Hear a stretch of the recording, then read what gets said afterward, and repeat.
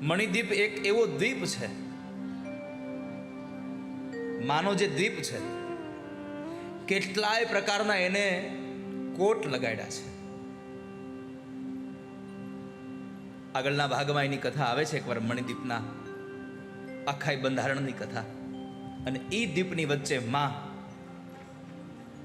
રત્નોથી જડેલા પલંગ ઉપર લાલ કલરનો ચટાકેદાર એવો સાડલો પહેરી અને માથામાં સેથું પૂર્યો, કપાળમાં કંકુ કર્યું હોય, આંખોમાં જેને કાજલ આંજી હોય, હાથમાં જેને કંગન પહેર્યા, પગમાં જેને ઝાંઝર પહેર્યા, કંદોરો પહેર્યો છે, માએ ગળાના હાર પહેરી અને રૂપના અંબાર જેવી માં જગદંબા જે મણિદ્વીપમાં બિરાજે છે, એ મણિદ્વીપમાં સુદ્યુમ્ન મહારાજનો વાસ થયો.